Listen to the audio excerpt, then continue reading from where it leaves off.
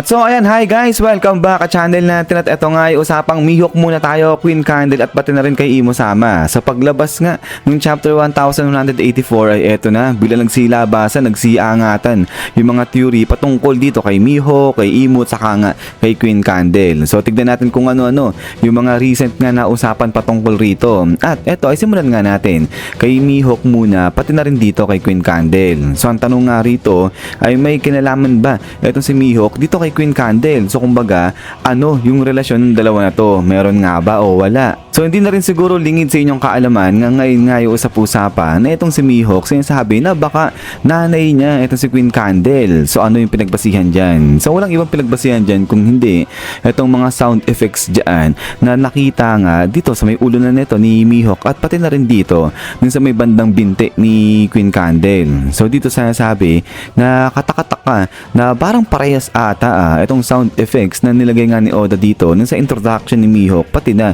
ni Queen Candle. At ang something na nakaka-intriga rito dahil sa buong One Piece nga raw natin, silang dalawa lang yung may ganyang klase na sound effects. So recently nga lang ay naging matunog, naging usap-usapan itong mga sound effects na binibigay nga sa atin ni Oda sa mga characters. So sa nakalipas sa chapter, kung matatandaan ninyo, nung nakaraan yung issue naman doon yung sa paglabas ni Godrin Zaza ay may ganito nga siyang onomatopoeia. So yun pala by the way guys, sa mga nakakalimot, onomatopoeia yung tawag dyan sa mga pinapakita ni Oda ng mga characters na yan na parang mga sound effects nga. At ayun, dun kay Rain God Zaza, same sila ng onomatopoeia sa introduction din ni Monkey the Dragon. At so now dito naman kay chapter 1184 ay eto yung napansin. Yung sa pagkaka-introduce na ito ni Queen Candle ay meron nga rin siyang onomatopoeia na kagaya rito kay Mihawk. So kaya nga ngayon sinasabi na since na parehas yung onomatopoeia ng dalawa na to, possible kaya na related sila sa isa't isa. At ayun nga since na silang dalawa lang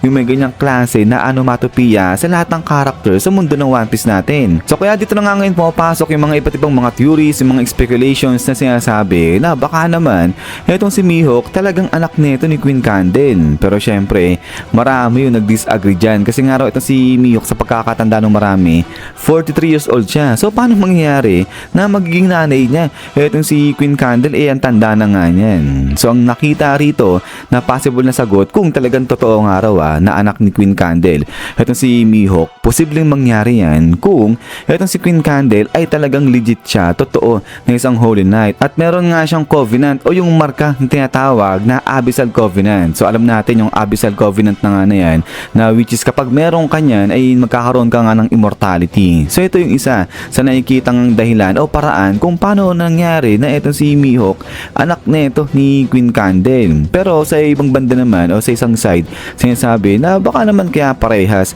itong onomatopoeia ni Mihawk sa kanga ni Queen Candle kasi baka nung sa time neto ni Queen Candle siya yung greatest swordman. At yun nga, dahil nga greatest swordman itong si Mihawk sa time na to, eto lang sa kanya lang binibigay ni Oda yung gantong klaseng kakaiba na onomatopoeia. So ayun, basically yung iba sinasabi lang na baka ganyan nga lang siya. Yung talagang sa era nila, sila yung greatest swordman. Kaya yun, parehas na parehas yung onomatopoeia na ginamit sa kanila ni Oda. Pero ayan, maliban pa rito ay may nakita pa isang something na interesting din dito nga kay Mihawk sa kay Queen Candle. At eto nga yan. So basahin natin saglit. Sabi nga rito, Candle is a rare, elegant feminine given name that means candle or to shine. It is a modern adaptation of the English word candle combined with the French feminine suffix L.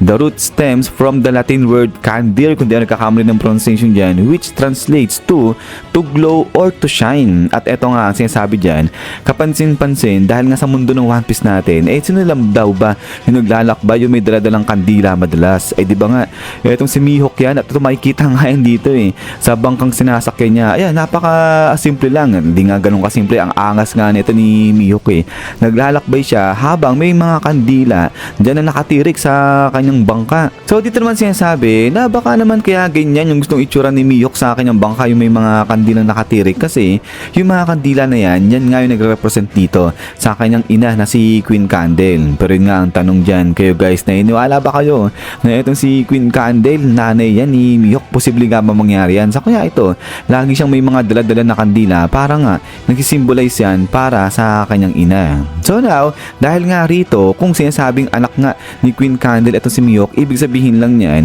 etong si Gunko at saka nga etong si Mihawk, magkapatid nga raw yan. So nagkasanga-sanga na. So syempre nga naman, possible nga naman yan kasi nga anak diba ni Queen Candle etong si Gunko o si Princess Shuri. So kung anak niya yan at kung anak niya etong si Mihawk, di posible nga magkapatid etong dalawa. At yun nga sinasabi diba na parang connected din yung mata neto ni Gunko at saka nga neto ni Mihawk, kasi sa mundo nga ng One Piece natin, yung mga mata nila sila lang yung may ganyang klase na mata, yung parang kakaiba. But anyways, ay dako naman tayo dito sa isa pang malupit na claim patungkol kay Mihawk. At sinasabi nga rito na yung kanyang ama naman ay walang iba kung hindi etong si Imu-sama. So ito siguro matagal nyo nang alam to, na ito nga yung nagsisi-arise ng mga theory na sinasabi na kaya ganyan yung mata nga ni Dracul Mihawk, kasi nga ganyan nga rin daw yung sa katulad nito nung sa mata ni Imu-sama. At yun nga, anak kasi siya ni Imu. At ito nga yung isa pang interesting dito, kasi di ba yung pangalan nito ni Mihawk, ano nga siya, si Dracul, ayan, si Mihawk, parang may pagka-diabolical yung pangalan niya. At ngayon, it turns out nung pinakita na, ni-reveal sa atin ni Oda finally, yung itsura ni Imu ay eto, talagang demonyo yung itsura nga ni Imu-sama dyan. So ito sinasabi na baka yan yung nagpapaliwanag kaya ganyan yung pangalan nga nito ni Mihawk. So yun basically ay dalawa yung ikinokonek dito kay Mihawk at saka nga kay Imu-sama. So unang-una, ito nga yung mga mata nga ni Mihawk, katulad nga raw yan dito sa mata ni Imu-sama. At pangalawa naman, yung sa pangalan ni Mihawk na Dracul ay parang ayan yung nagde-define naman sa itsura nito ni Imu-sama, which is na parang talagang diabolical yung itsura ni Imu, demonyo But anyways, ay maliban pa nga dyan, ay balikan natin itong eksena na to kasi nadamay siya dito nga sa theory nga patungkol kay Mihawk sa kay Queen Candle. At eto, nakita nga natin nung sumugod itong si Sebek dyan kay Imu-sama sa kanyang flower chamber, ay ayun, nakita natin si Gunko o si Princess Shuri nandiyan dyan na dati pa man din at nagsiserve siya dyan kay Imu-sama. So dito sabi nga sa isang statement, basahin na lang natin, a lot of people don't realize if Candle is truly a manmayer and is the reason why her daughter is prized possession of Imu, she might truly be top one worst mom in the story. Her basically getting Gunko stronger, so when she reach the right age, she will be Imu vessel. So ibig sabihin, parang inalay daw ni Queen Candle itong anak niya na si Princess Shuri na kapag nasa tamang edad na siya, kapag ano na siya, malakas na siya, strong enough, ay siya na yung magiging vessel nga para kay Imu-sama. At ito nga, ang tuloy pa nga rito, meaning there was never love for her daughter as a person, but rather love in a way that she fulfilling a duty that will please Imu. So dito sinasabi nga kasi diba, yung connection naman yan sa pagiging God's Knight nga ni Queen Candle, kasi diba may mga usap-usapan yung mga chismis yan na si Queen Candle ay isang God's Knight nga. At ayun, para nga ma-fulfill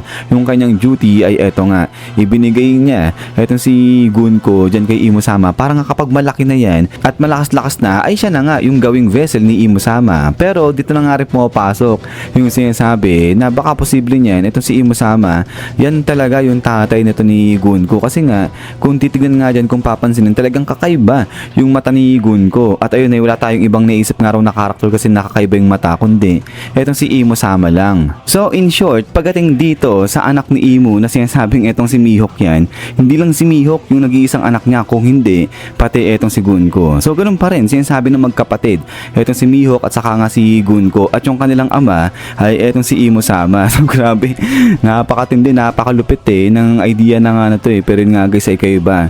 Sa tingin nyo, posible nga pong mangyari tong bagay na to kung ang pagbabasihan lang naman dito yung mga mata ng mga to. So ano nga ba yan, magkapatid nga ba itong si Gunko at saka si Mihawk, at ayun, tatay nila si Imu-sama. So nag-a-agree pa kayo dyan guys. At then ay pagkatapos nga niya is yan guys. So hanggang dito lang itong video natin. At ayan, kung meron kayong mga violent reaction o mga kakaibang comment patungkol rito sa video natin sa nag-a-arise na theory na nga na to, ay siguro pa-share na lang sa amin dyan sa may comment section para mabasa rin ng ibang mga kasama nga natin dyan. But anyways ay ayan, kung gusto niyo yung mga topics patungkol sa One Piece community natin, kung ano yung mga nagsisi-arise na mga panibago, mga speculations, ganyan, ay huwag niyo po sana kalimutan mag-subscribe. At ayun, ay pakipindot na lang din si notification bell natin para ma-update kayo every time na meron tayong bagong upload. So ayan, ulit guys, ay maraming salamat sa panonood sa channel natin. So lagi mag-ingat.